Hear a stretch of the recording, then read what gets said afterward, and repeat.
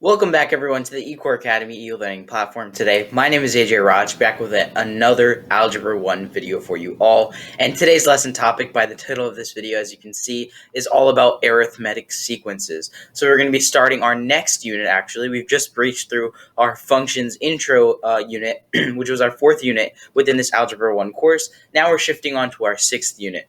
If you haven't already heard from my previous videos already, Tanya and I will both be the teachers doing the Algebra 1 course here at eCoreAcademy. I'll be doing the even-numbered lessons. She'll be doing the the even-numbered units. I'll be doing the even-numbered units. She'll be doing the odd-numbered units. So she's doing 1, 3, so on and so forth. So I've done Unit 2. Which was getting introduced to absolute value and absolute value inequalities. Then, of course, Unit 4 was all about functions and functions intro. So please make sure to check all of those videos out in a sequential order as it is in the playlist. And then, of course, now we're on to Unit 6, which is all about sequences and number patterns as well. So we're going to be focusing on the first basic type of sequences. This is your arithmetic sequence. This is something that you've actually already seen in your functions and your linear equations, but we're really going to see what arithmetic sequences are and how they relate to functions, what we've been going over previously in Unit 4 and in Unit 5. So before we jump into today's lesson, please make sure to do 4 things. Please make sure to smash that subscribe button down below, hit that like button on this video, turn on post notifications, and drop a comment down below. So without further ado, let's jump right into it. Let's take a brief overview of what arithmetic sequences actually are. I know the name might sound a bit intimidating, but you actually might be familiar with the name itself. Arithmetic just has to do with numbers. Arithmetic, if you think about it, is basically another way of saying mathematics. It's a form of mathematics in which you're calculating with sequences of numbers. So therefore, this is called an arithmetic sequence. So what exactly are arithmetic sequences in math?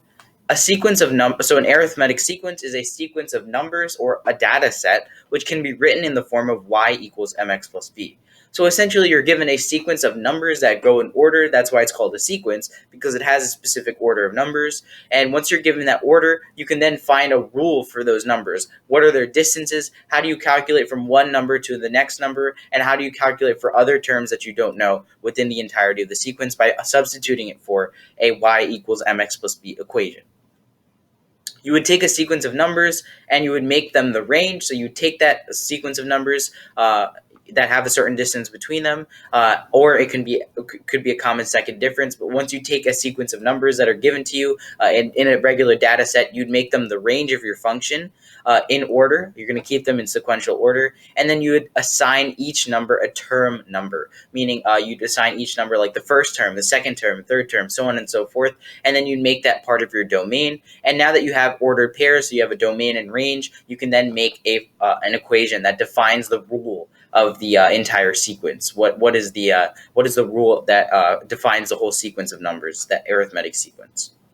And based on this, you can obviously use those formulas to calculate for future terms and create a function rule that helps you discover unknown terms yet. So say, for example, you're asked to find the 100th term in a sequence when you're only given the first 4 terms. Well, obviously, if it's a sequence, there has to be a pattern between them. So once you discover the pattern and you create your equation, whether or not it's your y equals mx plus b, or it's one of your common second differences, which I'll explain that as well. Once you create that function, then you can automatically use that rule, plug in the term number for x, which you already know, which is your independent variable, and then of course you can discover what the actual sequence number is. So there are 2 major formulas, the recursive formula and the explicit formula. Those will be the next 2 lessons within this unit. Those are specific formulas that you can utilize to recall different sequence numbers within arithmetic sequences. And then we'll also go touch upon geometric sequences. So these are a bit more complicated formulas with specific problems, and I'll go over them in the next 2 lessons. But for now, we're going to key into what arithmetic sequences are, I'm going to be showing you some example problems. We're going to start with our basic first difference, where we take the differences between a given sequence, and then we calculate what the rule is in terms of y equals mx plus b. Then we'll start to figure out whether or not a certain term goes within a sequence by calculating it and seeing if it's a natural number. And finally, we're going to go on to our common second differences. So that's going to be our ending with this lesson. So a fairly short lesson content-wise, but I will try and go into as much depth as possible for you all. So without further ado, let's jump right into our our sequence rules. We're going to do the meat of this lesson right now. We're going to create our sequence rules. So find the rule for the following sequence. We're going to be given this sequence of numbers, sequence A, which has the numbers 5, 8, 11, and 14. So the first thing that you would want to do is you'd want to create a table in which you have two separate rows. The first row you're going to call your term number row, and then the bottom row is going to be your sequence row. Your term numbers are going to be a part of your x coordinates, your domain, because it defines what your sequence number is. It's defining what the positioning of each sequence number is, and it's your independent variable. It determines what your sequence number is. And then, of course, your sequence number, you're going to make that your range, your y coordinate. So now that we've separated them, we're going to separate up our sequence numbers and our term numbers. So we have 5, 8, 11, and 14 positioned under term 1, 2, 3, and 4 correspondingly as given in sequence A. And now what we're going to do is we're going to find the slope first. Because remember, we're trying to write this in terms of our y equals mx plus b. This is a first common difference. So we're trying to, a common first difference. So we're trying to find the slope here because it's a y equals mx plus b form. We're trying to create that equation to make a permanent rule for this data set. So let's start off by finding the slope. And one way to find the slope is, of course, as I said here, it's the change in the y over the change in the x. So you can divide, you can take, when you're calculating slope on a graph, you would take two separate points on that line. You'd subtract the y coordinates and divide it by the x coordinates subtracted in relation to each other. And then, of course, afterwards, what you would do is you divide them together, and then you would get your m value, your slope, and you plug that into your y equals mx plus b equation. So now what we're going to do is we're just going to calculate the distances between the term numbers, and then the distances between the sequence numbers, the distance between the y's, and then we're going to divide the sequence number distance over the term number distance, the change in y over the change in x. So the change in x is very consistent all throughout because we're just increasing the term number. So the change in x will always remain 1. 1 to 2 is 1, 2 to 3 is 1, etc. And then for our sequence numbers, we can see here that the difference between 5 and 8 is 3. 8 and 11, that's also 3. And the distance between 11 and 14 is also 3. So they all have the common first difference. So now that we've figured that out, I can show you here. We're going to divide our change in our y over our change in x. So the change in y is always going to be 3 all throughout the sequence. So we're going to divide 3 over 1, and then you're going to get your slope as 3. So now that we figured out that slope, we're going to plug it into our equation. What we're just going to do is we're going to set y equal to the slope times x. So y is equal to 3x. Then what we're going to do is, remember, always in our y equals mx plus b equations, we're going to start off with our slope being multiplied to x. So we have y equals mx essentially. 3 is your m, but we also cannot forget our y-intercept. So we have to calculate for what b might also be. So we're going to start plugging in our values. So we know that our x values are our term numbers. So we're going to substitute y for 5, and we're going to substitute our term number for 1 because 5 is the first term in the equation. Those are two corresponding coordinates. So we see that 5 is equal to 3 times 1 plus what? What is your b value? So we know that 3 times 1 is 3. We know that 5 minus 3 is 2. So we know that 3 plus 2 equals 5. Therefore, b is going to equal 5. And the equation is now y equals 3x plus 2. So that's how you calculate your sequence rule. And you can plug in any values that you want, any future values that you want to calculate for, and you would calculate what's the 100th term in this sequence. So then you know your term number, you plug that in for x, and then you can see that the 100th term in this entire sequence would be 302. So on and so forth. This is a this is a permanent rule that applies to this whole data set. And as you can see here, I drew this little arrow here extending out of the slope side, change in y over change in x. A common way to actually write this is the change in y, this little triangle here, it's your change in y. It's kind of like a delta symbol, and then over the change in x. That's how they normally symbolize in terms of putting it in mathematical symbols. Oftentimes they like to utilize symbols to keep it concise and use less wording in problems. So that's just the common symbolism, your delta y over your delta x. All right, now moving on to finding a value in the sequence. So now we're going to look to find any future values that we want. So now that we've calculated our rule, we're going to try and see if we can calculate future values, what might be a value in this sequence given. So is 103 a value in the previous sequence that we saw? So the function of the sequence that we had originally was y equals 3x plus 2. We're trying to see if 103 actually is a sequence number that when you add 3 consistently to any of the existing terms, you would get to 103. Now, of course, we won't want to add 3 from from each and every single number. That would take forever, so we're going to utilize our rule instead, be more efficient.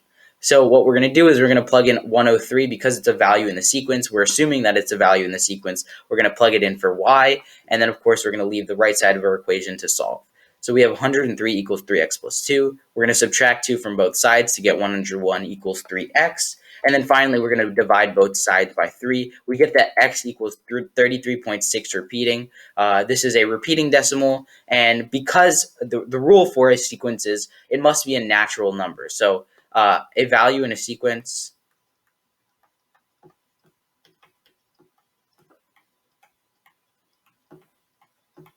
must be natural, meaning it has to be a whole number.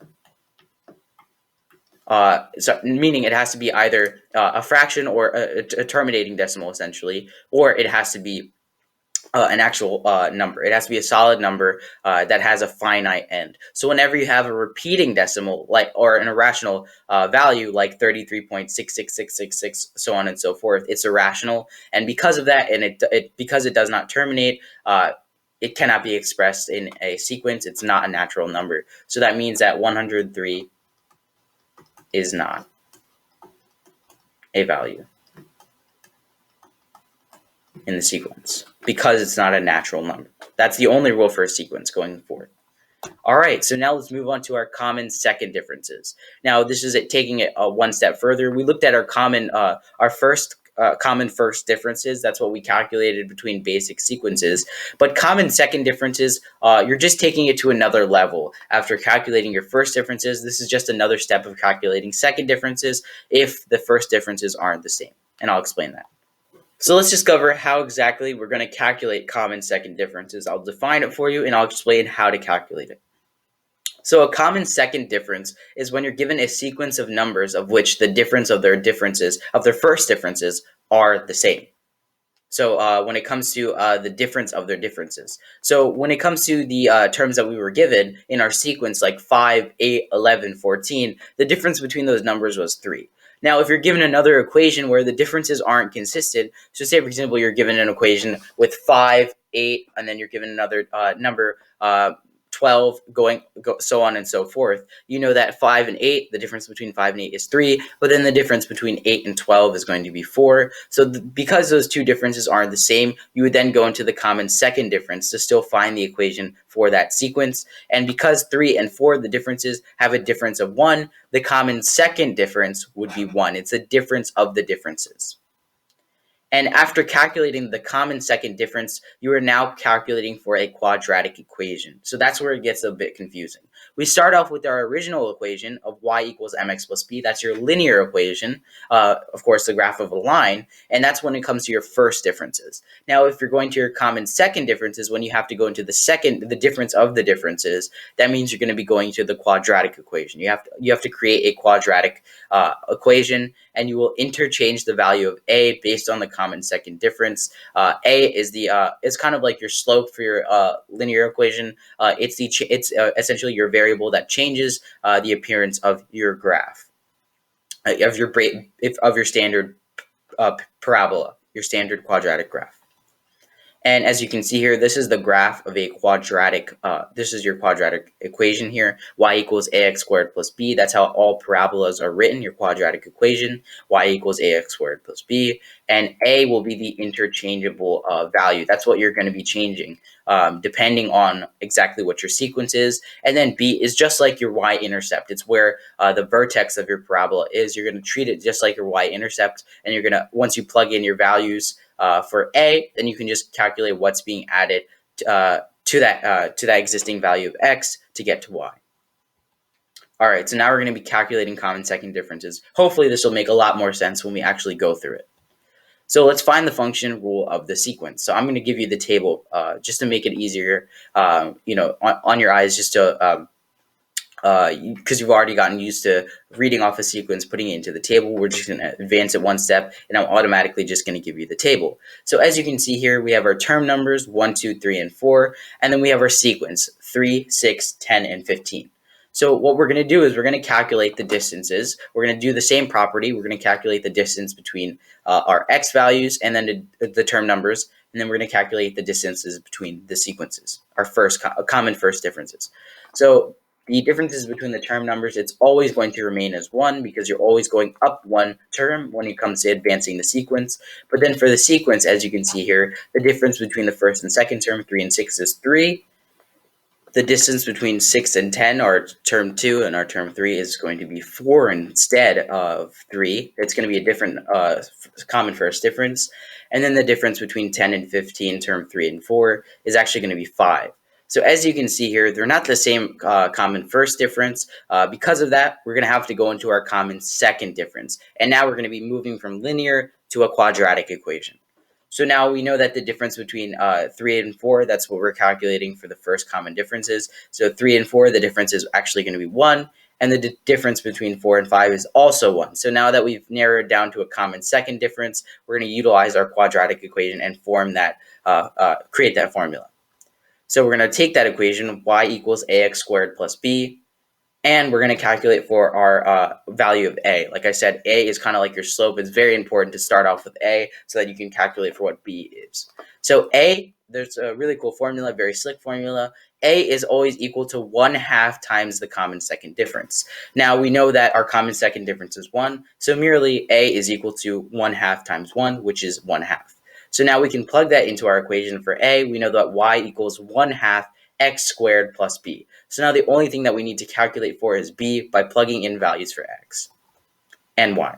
So as you can see here on the right-hand side, we're going to plug in our first term and our first sequence number. We're going to plug in 1 for x as our first term, and our sequence number 3 as the first term in the sequence. So we see that 3 equals 1/2, and remember 3 is your y and 1 is your x. So 3 equals 1/2 times 1 squared plus b. We're going to simplify that. 1 squared is 1, and then 1/2 times 1 is also 1. So now we end up with our equation of 3 equals 1/2 plus 2 and 1/2, because we know that we calculated for 1 squared is 1, and we know that 1/2 times 1 is also 1/2. We know that 1/2 plus 2 and 1/2 equals 3. So we know that the value of b is going to be 2.5, or 2 and 1/2. And then we're going to put that in terms of our official equation. We know that a is 1/2, and we know that b is 2 and 1/2. So that we know our final quadratic for this will be y equals 1/2 x squared plus 2 and 1/2. That's our final rule for this table. As simple as that. Alright everyone, I hope you guys enjoyed this video. This has been the eCoreAcademy e-learning platform. Please make sure to like and subscribe down below, and leave a comment down below for any future feedback that you have for us. And don't forget to hit that post notification bell so you stay up to date with all the videos that are going to be coming out in the future. And you stay up to date with them so you don't miss out. Also, check out our website at www.ecoreacademy.org. We have a full unlocked access to what we as an online platform actually offer to you. We have quizzes, note sheets, worksheets, anything that you can imagine to help you literally substitute your whole entire course with our eCoreAcademy platform. So please go and check that out, and it's completely free. Also, check out, utilize our email at eCoreAcademy@gmail.com. If you have any questions, you can just reach out to us, and we'll try and get back to you as soon as possible. And feel free to check out all of our socials. Links are in the description box down below at Pinterest, Facebook, Twitter, Instagram, and TikTok. See what kind of interesting content we have there unique to our YouTube channel. We have a lot of funny stuff out there, a lot of entertaining, and a lot of cool stuff out there for you to see on a daily basis. So check that out. We really appreciate it. And use those mediums to share all of our videos to those who might need that help. All right, everyone. So this has been AJay Raj here at the eCoreAcademy e-learning platform. I had a blast making this video, and I'll see you guys in the next one. Peace.